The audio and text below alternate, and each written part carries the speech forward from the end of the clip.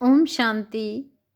2 फरवरी 1969 की अव्यक्त वाणी में अव्यक्त बाप दादा ने बताया है कि अव्यक्त मिलन के अनुभव की विधि। अव्यक्त मिलन के अनुभव की विधि। प्रेम स्वरूप बच्चे, ज्ञान सहित प्रेम जो होता है वही यथार्थ प्रेम होता है। आप सभी का प्रेम रस बाप दादा को भी खींच लाता है। सभी बच्चों के दिल के अंदर एक आशा दिखाई दे रही है। वह कौन सी? कई बच्चों ने संदेश भेजा कि आप हमें भी अपने अव्यक्त वतन का अनुभव कराओ। यह सभी बच्चों की आशाएं पूर्ण होने का समय पहुंच ही गया है। आप कहेंगे कि सभी संदेशी बन जाएंगे, लेकिन नहीं। अव्यक्त वतन का अनुभव भी बच्चे करेंगे, लेकिन दिव्य बुद्धि के आधार पर। जो अब अलौकिक अनुभव कर सकते हो वह दिव्य दृष्टि द्वारा करने से भी बहुत लाभदायक, अलौकिक और अनोखा है। इसलिए जो भी बच्चे चाहते हैं कि अव्यक्त बाप से मुलाकात करें वे कर सकते हैं। कैसे कर सकते हैं? इसका तरीका सिर्फ यही है कि अमृत वेले याद में बैठो और यही संकल्प रखो कि अब हम अव्यक्त बाप दादा से मुलाकात करें। जैसे साकार में मिलने का समय मालूम होता था तो नींद नहीं आती थी और समय से पहले ही बुद्धि द्वारा इसी अनुभव में रहते थे, वैसे अब भी अव्यक्त मिलन का अनुभव प्राप्त करना चाहते हो तो उसका बहुत सहज तरीका यह है। अव्यक्त स्थिति में स्थित होकर रूह रिहान करो तो अनुभव करेंगे कि सचमुच बाप के साथ बातचीत कर रहे हैं। और इसी रूह रिहान में जैसे संदेशियों को कई दृश्य दिखाते हैं वैसे ही बहुत गूढ़ गोपनीय रहस्य बुद्धि योग से अनुभव करेंगे। लेकिन एक बात यह अनुभव करने के लिए आवश्यक है, वह कौन सी मालूम है? अमृत वेले भी अव्यक्त स्थिति में वही स्थित हो सकेंगे जो सारा दिन अव्यक्त स्थिति में और अंतर्मुख स्थिति में स्थित होंगे। वही अमृत वेले यह अनुभव कर सकेंगे। इसलिए अगर स्नेह है और मिलने की आशा है तो यह तरीका बहुत सहज है। करने वाले कर सकते हैं और मुलाकात का अनोखा अनुभव प्राप्त कर सकते हैं। वतन में बैठे बैठे कई बच्चों के दिलों की आवाज़ पहुंचती रहती है। आप सोचते होंगे शिव बाबा बहुत कठोर है, लेकिन जो होता है उसमें रहस्य और कल्याण है। इसलिए जो आवाज़ पहुंचती है वह सुनकर के हर्षाता हूँ। क्या बाप दादा निर्मोही हैं? आप सभी बच्चे निर्मोही हो, निर्मोही बने हो तो बाप दादा निर्मोही और बच्चों में शुद्ध मोह, तो मिलन कैसे होगा? बाप दादा में शुद्ध मोह है। साकार बाबा का बच्चों से शुद्ध प्यार था, शिव बाबा का नहीं है, बाप दादा का है। जैसे हमारा है वैसा नहीं। शुद्ध मोह बच्चों से भी जास्ती है, लेकिन बाप दादा और बच्चों में एक अंतर है। वह शुद्ध मोह में आते हुए भी निर्मोही हैं और बच्चे शुद्ध मोह में आते हैं। जो शुद्ध मोह में आते हैं तो कुछ स्वरूप बन जाते हैं, या तो प्यारे बनते या तो न्यारे बनते। लेकिन बाप दादा न्यारे और प्यारे साथ साथ बनते हैं। यह अंतर जो रहा हुआ है इसको जब मिटाएंगे तो क्या बनेंगे? अंतर्मुख, अव्यक्त, अलौकिक। अभी कुछ कुछ लौकिकपन भी मिल जाता है, लेकिन जब यह अंतर खत्म कर देंगे तो बिल्कुल अलौकिक और अंतर्मुखी अव्यक्त फरिश्ते नजर आएंगे। इस साकार वतन में रहते हुए भी फरिश्ते बन सकते हो। आप फिर कहेंगे आप वतन में जाकर फरिश्ता क्यों बने, यहाँ ही बनते। लेकिन नहीं, जो बच्चों का काम वह बच्चों को साजे, जो बाप का कार्य है वह बाप ही करते हैं। बच्चों को अब पढ़ाई का शो दिखाना है, टीचर को पढ़ाई का शो नहीं दिखाना है। टीचर को पढ़ाई पढ़ानी होती है, स्टूडेंट को पढ़ाई का शो दिखाना होता है। शो केस में शक्तियों को, पांडवों को आना है। बाप दादा तो है ही गुप्त। अभी सभी के दिल में यही संकल्प है कि अब जल्दी जल्दी ड्रामा की सीन चलकर ख़त्म हो। लेकिन जल्दी होगी? हो सकती है, होगी या हो सकती है। भाभी जो बनी हुई है वह तो बनी ही रहेगी।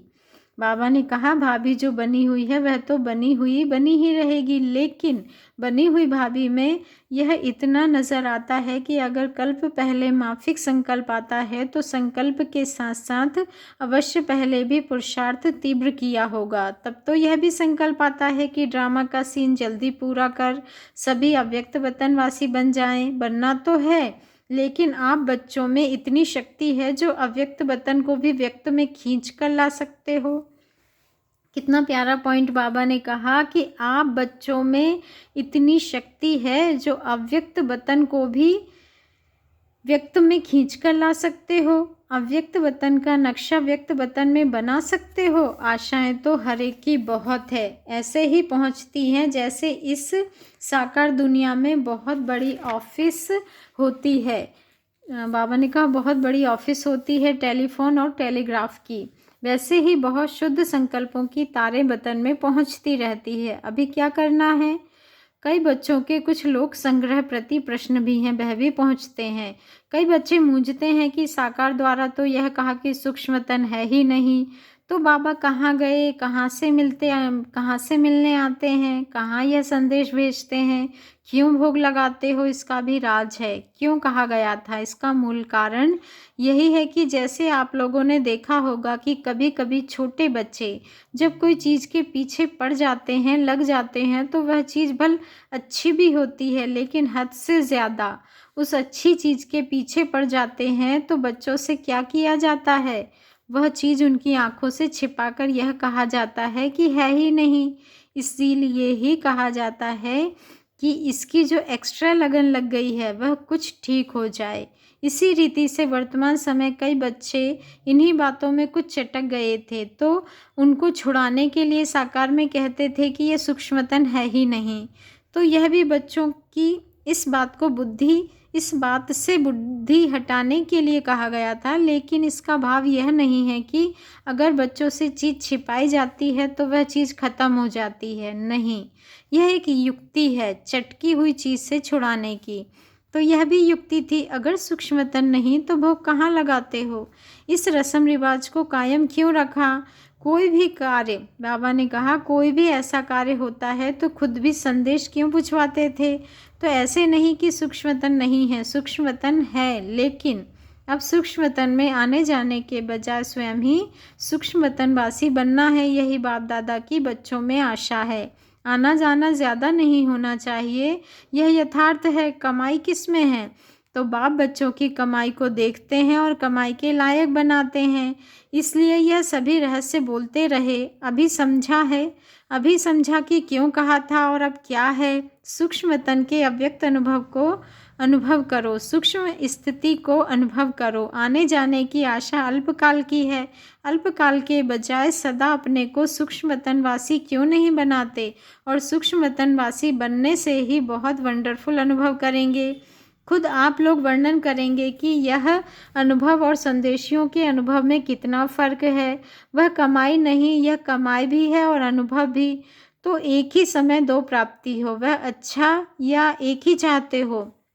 बाबा ने कहा कई बच्चों के मन में यह भी प्रश्न है कि ना मालूम जो बाप दादा कहते थे कि सभी को साथ में ले जाएंगे, अब वह तो चले गए, लेकिन वह चले गए हैं मुक्ति धाम में जा नहीं सकते सिवाय बारात और बच्चों के। बारात के बगैर अकेले जा सकते हैं, बारात तैयार है, यही सुना है। अब तक की बारात के साथ ही जाएंगे, जब बारात ही सज रही है तो अकेले कैसे जाएंगे। अभी तो सूक्ष्मतन में ही अव्यक्त रूप से स्थापना का कार्य चलता रहेगा। जब तक स्थापना का कार्य समाप्त नहीं हुआ है तब तक बिना कार्य सफल किए हुए घर नहीं लौटेंगे, साथ ही चलेंगे।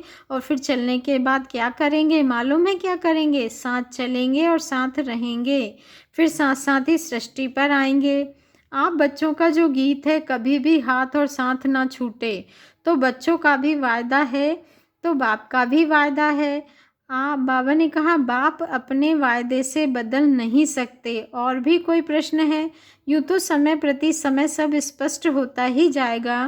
कईयों के मन में यह भी है ना कि ना मालूम जन्म होगा, वह क्या होगा। जन्म होगा, जैसे आपकी मम्मा का जन्म हुआ वैसे होगा। आप बच्चों का विवेक क्या कहता है? ड्रामा की भाभी को देख सकते हो, थोड़ा थोड़ा देख सकते हो। जब आप लोग सबको कहते हो कि हम त्रिकालदर्शी बाप के बच्चे हैं, तो आने वाले काल को नहीं जानते हो। आपके मन के विवेक अनुसार क्या होना चाहिए? अव्यक्त स्थिति में स्थित होकर हाँ व ना कहो।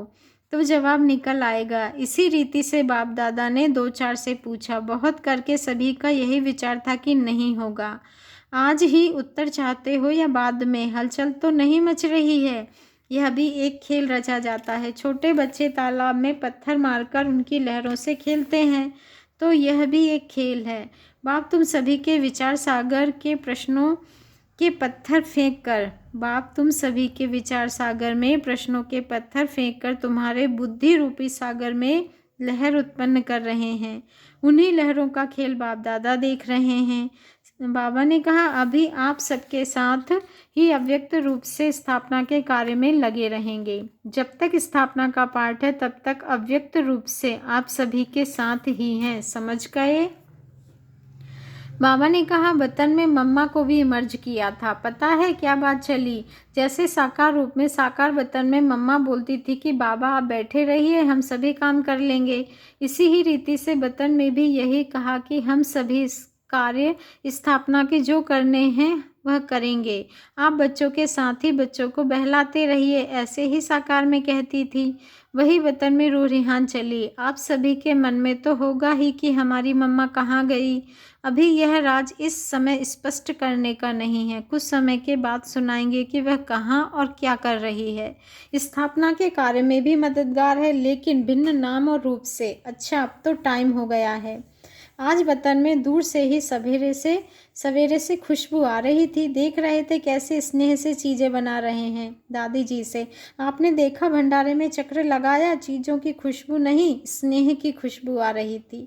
बाबा ने कहा, चीज़ों की खुशबू नहीं आ रही थी, स्नेह की खुशबू आ रही थी। यह स्नेह ही अविनाशी बनाता है। अविनाशी स्नेह है ना, याद हर एक की पहुंचती है। उसका रिस्पॉन्ड लेने के लिए अवस्था चाहिए। रिस्पॉन्ड फौरन मिलता है। जैसे साकार में बच्चे बाबा कहते थे तो बच्चों को रिस्पॉन्ड मिलता था, तो रिस्पॉन्ड अब भी फौरन मिलता है, लेकिन बीच में व्यक्त भाव को छोड़ना पड़ेगा, तभी उस रिस्पॉन्ड को सुन सकेंगे। अब तो और ही ज़्यादा चारों ओर सर्विस करने का अनुभव कर रहे हैं। अब अव्यक्त होने के कारण एक और क्वालिटी बढ़ गई है। कौन सी मालूम है? वह क्वालिटी है, पहले तो बाहरमुखी था, अभी अंतर्यामी हो गया हूँ। अव्यक्त स्थिति में जानने की आवश्यकता नहीं रहती। स्वतः ही 1 सेकंड में सभी का नक्शा देखने में आ रहा है। इसलिए कहते हैं कि पहले से एक और गुण बढ़ गया है। अव्यक्त स्थिति में तो खुशबू से ही पेट भर जाता है। आप लोगों को मालूम है? अव्यक्त स्थिति में तो खुशबू से ही पेट भर जाता है। आप लोगों को मालूम है? एक मुख्य शिक्षा बच्चों के प्रति दे रहे हैं। अब सर्विस तो करनी ही है। तो बाबा ने कहा, सर्विस तो करनी ही है। यह तो सभी बच्चों की बुद्धि में लक्ष्य है और लक्ष्य को पूर्ण भी करेंगे, लेकिन इस लक्ष्य को पूर्ण करने के लिए बीच में एक मुख्य विघ्न आएगा। वह कौन सा पता है?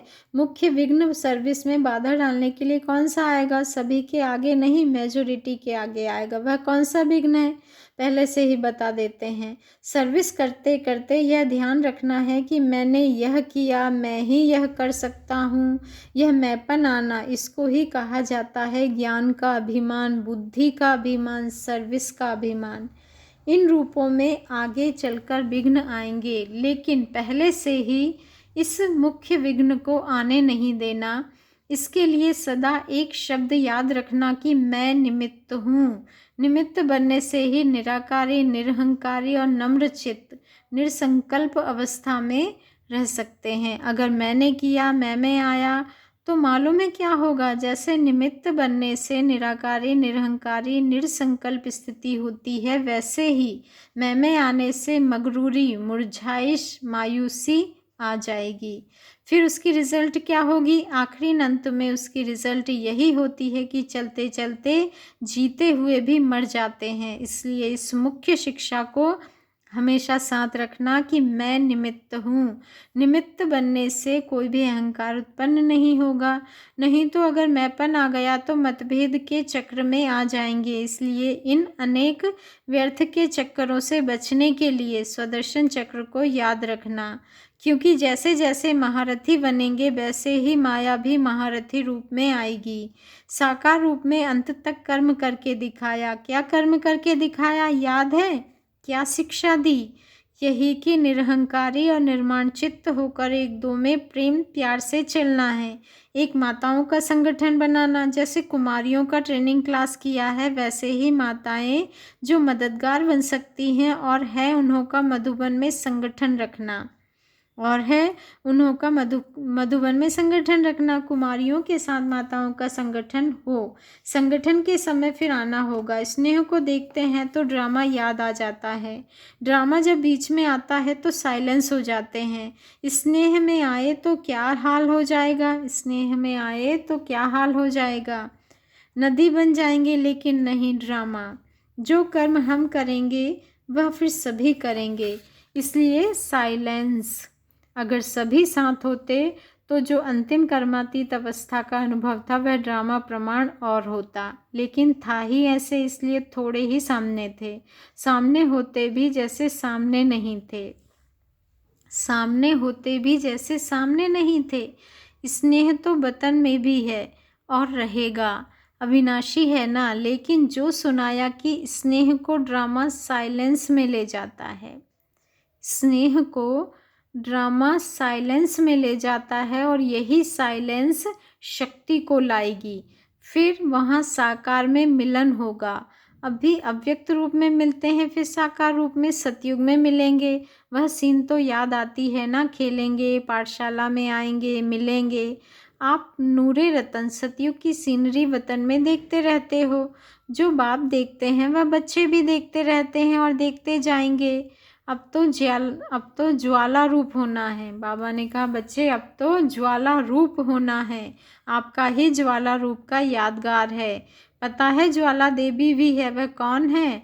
वह सभी शक्तियाँ, बाबा ने कहा वह सभी शक्तियों को ज्वाला रूप देवी बनना है। बाबा ने कहा ज्वाला देवी भी है, वह कौन है? यह सभी शक्तियों को ज्वाला रूप देवी बनना है। यह सभी शक्तियों को ज्वाला रूप देवी बनना है। ऐसी ज्वाला प्रज्वलित करनी है जिस ज्वाला में यह कलयुगी संसार जलकर भस्म हो जाएगा। अच्छा, विदाई के समय बाप दादा बोले, सभी सेंटर्स के अव्यक्त स्थिति में स्थित हुए नूरे रत्नों को बाप व दादा का अव्यक्त याद प्यार स्वीकार हो। साथ साथ जो इशारा दिया है उसको जल्दी से जल्दी जीवन में लाने का तीव्र पुरुषार्थ करना है। अच्छा, गुड नाइट। सभी शिव शक्तियों और पांडवों प्रति बाप की नमस्ते। अच्छा, ओम शांति। शुक्रिया बाबा, शुक्रिया।